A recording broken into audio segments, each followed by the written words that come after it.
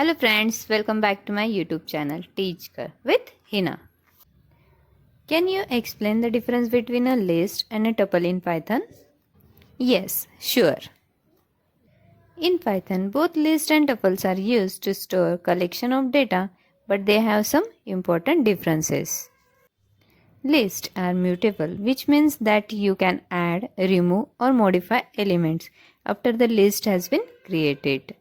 You can use square brackets to create a list in Python and the elements are separated by commas. For example, here my list is equal to 1, 2, 3 and 4 separated by commas and they are written in square bracket.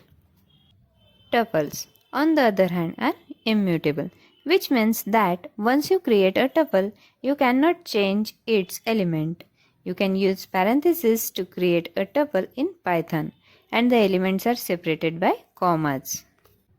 For example, here, my tuple is equal to 1, 2, 3, 4 in parentheses and are separated by commas.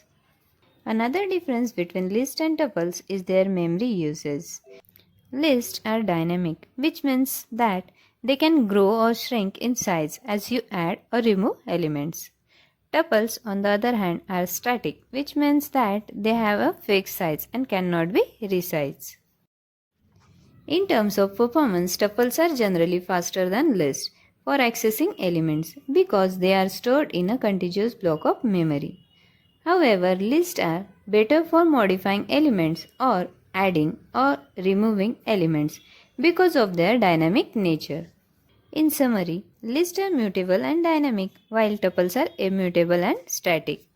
Thanks for watching. If you enjoyed this video, hit the like button, share with your friends and subscribe to my YouTube channel.